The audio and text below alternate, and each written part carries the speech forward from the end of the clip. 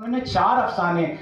जामिया में क़याम के दौरान लिखे हैं और कल के मकाले में शायद मुश्ताक तिजावरी साहब कल बता रहे थे कि 3 और अफ़साने हैं और जिनका नाम है मैं आपको बता देता हूँ। आइए मैम आप तशरीफ़ लाइए। एक तो कफन लिखा उन्होंने, पहला जो है स्वांग के नाम से जनवरी 1935 में, और कफन दिसंबर 1935 में, मासूम बच्चा फरवरी 1931 में प्रेमचंद ने लिखा था, और फिर जनवरी 1937 में शिकवा शिकायत के नाम से। प्रोफेसर सोनिया सौरभी गुप्ता साहब तशरीफ लाइए।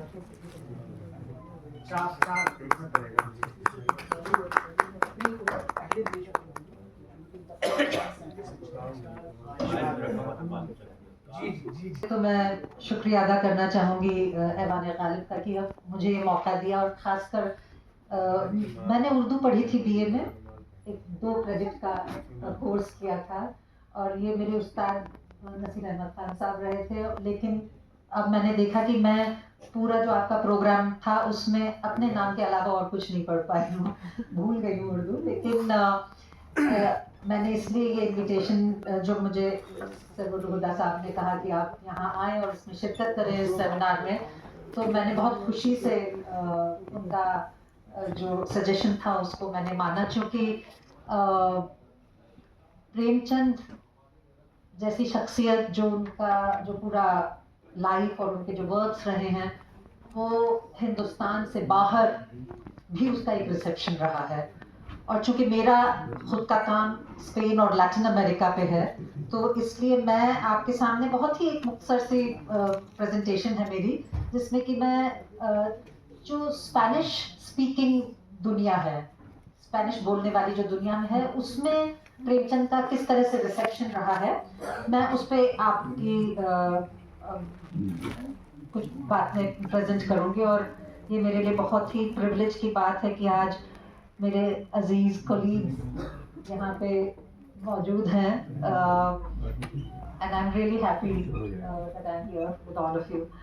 तो जैसा कि आप लोग जानते हैं, स्पेन का हिंदुस्तान से कोई इम्पीरियल ताल्लुक नहीं रहा था, कोई साम्राज्यी ताल्लुक नहीं रहा था। अंग्रेज ने तो हम लोग पे राज किया, और साथ में फ्रांस, पुर्तगाल,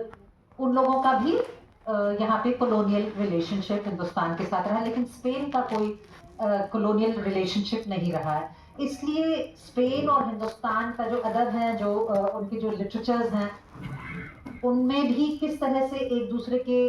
बीच में यदि कोई रिश्ता रहा है या नहीं रहा है, इस पे काम बहुत ही कम हुआ है, और लगभग ये है कि शुरुआत ही हो रही है इस तरह के काम की। ऐसा नहीं है कि दूसरे लोगों ने इस पे, स्पेन में तो काफी काम किया गया, लेकिन वो सारा ओरिएंटलिज्म के फ्रेमवर्क पे वो काम हुआ है। वो इसीलिए कि जैसा कि मैंने आपसे कहा कि स्पेन में भी जो स्पेनिश ओरिएंटलिज्म जो रहा है, वो अफ्रीका की तरफ ज्यादा जुड़ा है, क्योंकि आप सब जानते हैं कि स्पेन में 711 से लेकर 1492 तक जो अरब एक वहाँ पे इस्लामिक रूल रहा था, उसकी वजह से स्पेन का जो ओरिएंटलिज्म है वो इंग्लिश ओरिएंटलिज्म से काफ़ी मुख्तलिफ है, काफ़ी डिफरेंट है। और जैसा कि मैंने कहा, वो मोरक्को और अफ्रीका का ओरिएंटलिस्ट वहाँ पे उसकी तरफ ज़्यादा है। मिडिल एजेस में स्पेन में से जो हिंदुस्तान की जो किताबें गई या जो भी टेक्स्ट्स जिनका की ट्रांसलेशन हुआ, वो भी अरब कांटेक्ट की वजह से हुआ। जैसा कि आप जानते हैं कि कलीला दिमना अरबी से, मतलब ऑफ कोर्स अरबी से गई है स्पेन में, और मेरे ख्याल से 1251 या 1257 में स्पेन में स्पेनिश, जो पुरानी स्पेनिश थी, क्योंकि अभी 13वीं शताब्दी में स्पेनिश लगभग अभी बन ही रही थी, बन गई थी लेकिन बन ही रही थी। और ये बहुत ही गौर करने वाली बात है कि यूरोपियन मॉडर्निटी उसमें कितना हाथ उन अरब ट्रैवलर्स का रहा, उन अरब एक्सपर्ट्स का रहा, जो जैसे कि हिंदुस्तान से वो कीमिया और शतरंज और मैथमेटिक्स की जो सारी ट्रीटीज थी, उनको ले जाके वो लोग अरबी में जो अनुवाद करते थे। वहाँ अल्फोंसो 10th करके एक राजा थे, जो कि बाद उस वक्त प्रिंस थे, लेकिन उन्होंने टोलेडो में एक ट्रांसलेटर स्कूल एस्टैब्लिश किया। 12वीं 12th-13th सेंचुरी की बात है ये। और उस ट्रांसलेटर स्कूल में ये सारे जो यहाँ से टेक्स्ट जाते थे हिंदुस्तान से, उनका तर्जमा होता था। और कलीला व दिमना, जो कि स्पेनिश में कलीला ए दिमना के नाम से पंचतंत्र का जो तर्जमा है, वो मेरे ख्याल से एक पहली मिसाल इसको माना जा सकता है कि किस तरह से इंडियन टेक्स्ट जो है वो ट्रैवल करके गए टू स्पेन। और स्पेन, चूंकि आप देखिए कि स्पेन कहाँ पे है, स्पेन है यूरोप का एक साउथ वेस्टर्न कोने में है, बिल्कुल अफ्रीका से सिर्फ जिब्राल्टर, उसको हल्का सा एक स्ट्रेट ऑफ जिब्राल्टर सेपरेट करता है। तो जो अरब्स यहाँ से, मूर्स जो यहाँ से जाते थे और वो स्पेन जाते थे, और स्पेन से फिर वो बाकी देशों में यूरोप के देश हैं। तो इसलिए यूरोप की जो मॉडर्निटी बनी है, यूरोप की मॉडर्निटी में पूरा हाथ ट्रांसलेशन का है। और मेरा जो आज मैं जो बोलने जा रही हूँ वो प्रेमचंद के जो अनुवाद हुए हैं स्पेन में और लैटिन अमेरिका में, उसी के बारे में है। अनफॉर्चुनेटली स्पेनिश में प्रेमचंद का पहला अनुवाद सिर्फ 2010 में हुआ,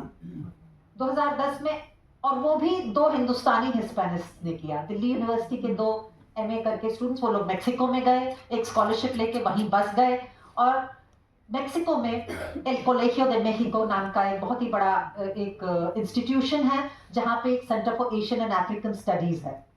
जहाँ पे कि ओरिएंटलिस्ट इंडियन नॉलेज वहाँ पे उस पर काफी काम होता है।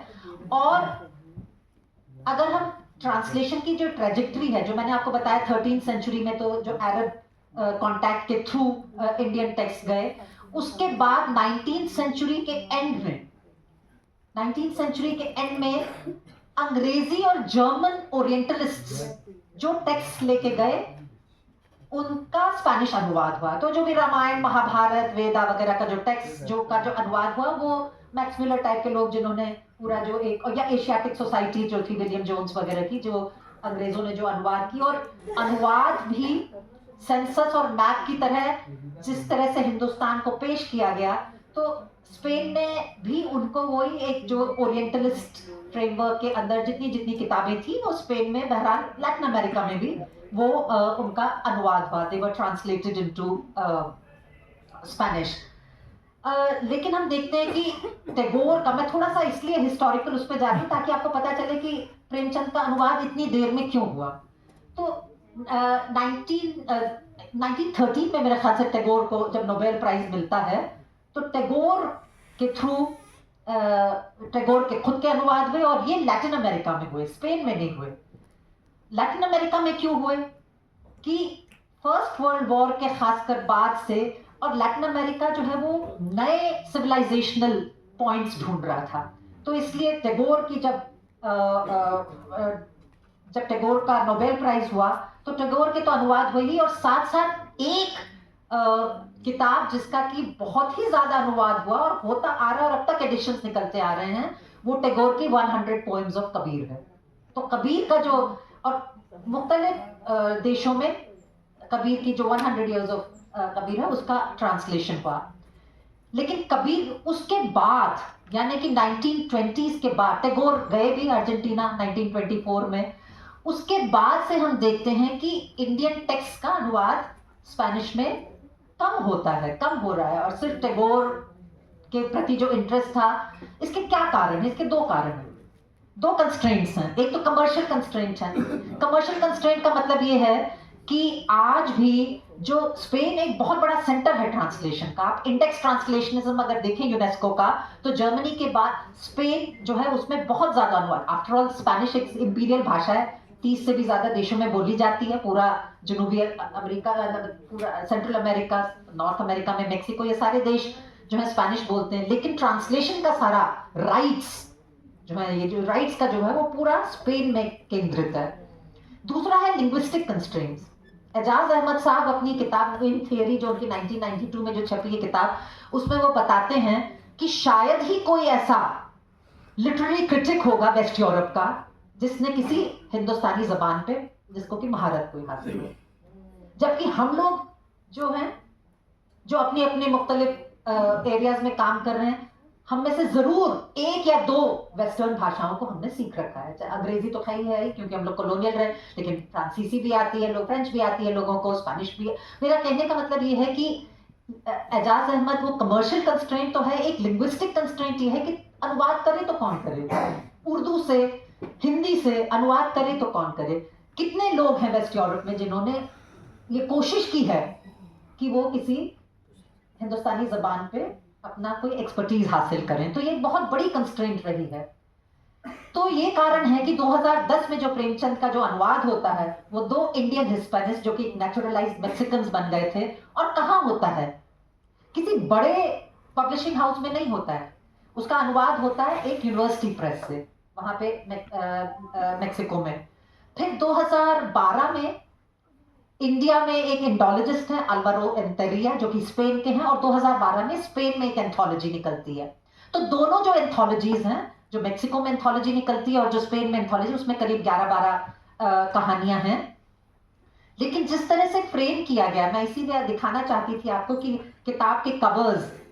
जिस तरह से प्रेमचंद को फ्रेम किया गया है। हालांकि अल्वारो एंटेरिया मेंशन करते हैं अपने इंट्रोडक्शन में कि प्रेमचंद जो है उर्दू में लिखते थे और वो उर्दू और हिंदी के अलगाव को मानते नहीं थे, हिंदुस्तानी की बहुत एडवोकेसी करते थे, ये सब उन्होंने लिखा है। लेकिन जो पेश किया गया है प्रेमचंद को, फॉर एग्जांपल अल्वारो एंटेरिया की जो किताब है उसका जो कवर है वो 1824 के ओरिएंटलिस्ट, ब्रिटिश ओरिएंटलिस्ट पेंटर हैं जेम्स कैनरी, उनकी एक पेंटिंग है जिसमें कि एक मंदिर है, एक रूरल सीनरियो और एक मंदिर है, और इस तरह तो मतलब जो, और अल्वारो एंटेरिया जो है वो वाराणसी में उनकी इंडिका बुक्स है, और अगर उस बुक्स के कैटलॉग को, उनके कैटलॉग को आप देखें उनके पब्लिशिंग हाउस का, तो एक बहुत ही ब्रह्मांडिकल कैनन है वो एक। हाँ, तो अभी भी वो ये जो आपके नए नए हिस्टोरियंस हैं संपत वगैरह जो कि इंडियन हिस्ट्री का एक नया इंटरप्रिटेशन कर रहे हैं और कह रहे हैं कि अगर कॉलोनियलिज्म है तो उसको 8th सेंचुरी से मानना चाहिए, सिर्फ ब्रिटिश से नहीं मानना चाहिए, इस तरह की सारी किताबें वो इंडिका से पब्लिश हो रही हैं। तो हालांकि मैं कहती हूँ कि एक बहुत बड़ा काम था कि अल्वारो एंटेरिया ने न केवल प्रेमचंद को ट्रांसलेट किया, बल्कि ये अपने प्रोफेस में मेंशन किया है कि वो हिंदी और उर्दू के इस लड़ाई को, या इस जो ये बनावटी जो एक वो बनाया गया था उस पर वो विश्वास नहीं करते थे। लेकिन ये जो ट्रांसलेशन हुए हैं ये प्रेमचंद को मेनली हिंदी साहित्य के एक बहुत बड़े फनकार के रूप में पेश करते हैं। लेकिन अगर हम प्रेमचंद को खुद देखें, उनका क्या रिश्ता रहा था, क्योंकि हम सिर्फ प्रेमचंद के रिसेप्शन को नहीं देख रहे हैं, मतलब जो मैंने तैयारी की थी उसमें मैं सिर्फ reception of Premchand in the Spanish speaking world नहीं, बल्कि क्या ऐसा कुछ था जो कि प्रेमचंद को जोड़ता है, यानी प्रेमचंद का कोई लगाव रहा था। तो एक बहुत ही इंटरेस्टिंग चीज जो शायद मुझे लगी, शायद आप लोग तो इसके बारे में अच्छी तरह से जानते होंगे, कि एक 19th सेंचुरी एंड में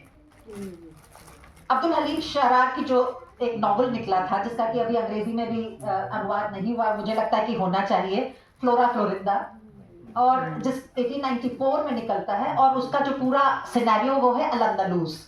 स्पेन का जो पूरा जो एक इस्लामिक स्पेन था उसको वो कैप्चर करते हैं। और इसी तरह से पंडित रतन नाथ धर साहब, शशार साहब, जो जिन्होंने डॉन किखोते, जो मिगेल दे सर्वांतेस का जो नॉवल है, स्पेनिश का नॉवल नहीं, सिर्फ स्पेनिश का ही नहीं बल्कि यूरोपियन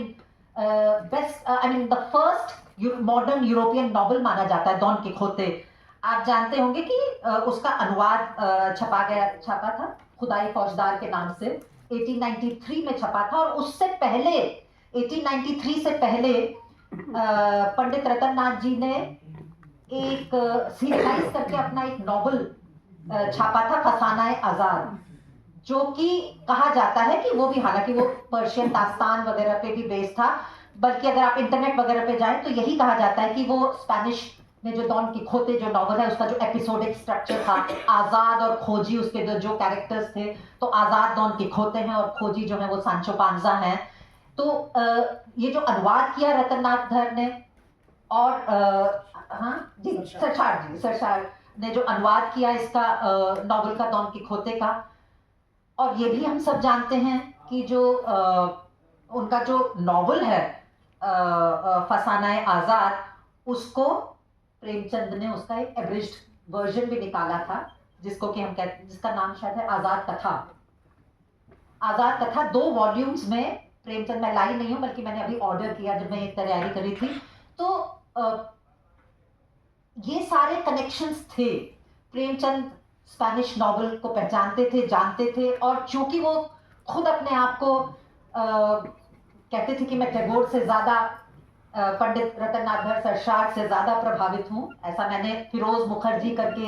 हैं जिन्होंने कि सरशार के ऊपर एक किताब लिखी है जो कि कराची में 1992 में छपी। उसमें इस बात का जिक्र है कि प्रेमचंद जो है सरशार को ही अपना एक तरह से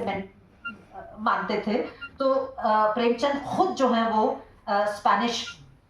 जो ये नॉवल है उसको उसके जानकार थे और उन्होंने ये जो अनुवाद किया है इसमें कोई शक की बात नहीं है कि प्रेमचंद खुद मिगेल दे सर्वांतेस के जो हीरो था ऑफ द नॉवल डॉन किखोते, तो एक शिवालरस नाइट एरेंट, उसमें वो आज़ाद को उन्होंने उसमें देखा होगा। इस पे मैं और काम करूँगी अनुवाद, ये जो एवरेज वर्जन है उसका देख के। तो ऑल इन ऑल मैं ये कहना चाह रही थी कि ये जो ये एंथोलॉजीज छपी 2010 और 2012 में, और 2017 में एक और छपी है जिसमें कि कफन, शतरंज के खिलाड़ी और मुक्ति मार्ग, ये 3 कहानियां इसमें और एक नई एंथोलॉजी में भी निकली हैं। और बहुत ही रिसेंटली 2023 में गोदान का एक, मुझे लगता है वो एक मशीनी अनुवाद है, कोई कपिल नारंग नाम के हैं, उन्होंने उसका अनुवाद किया है, लेकिन वो इंटरनेट पे अवेलेबल है ई बुक के तौर पे किंडल एडिशन में। लेकिन उसमें कहा गया है कि क्योंकि हम इनको नहीं जानते हैं कपिल नारंग साहब को, हो सकता है ये कहीं विदेश में इन्होंने स्पेनिश वगैरह सीखी हो, लेकिन ये बात सच है कि प्रेमचंद का स्पेनिश वर्ल्ड का ये जो नाता है ये बहुत ही मुक्तसर है, बहुत ही छोटा है और इसमें आगे काम का बहुत पॉसिबिलिटी है इसमें कि हम इसमें आगे काम कर सकते हैं। बहुत बहुत शुक्रिया, आपने मुझे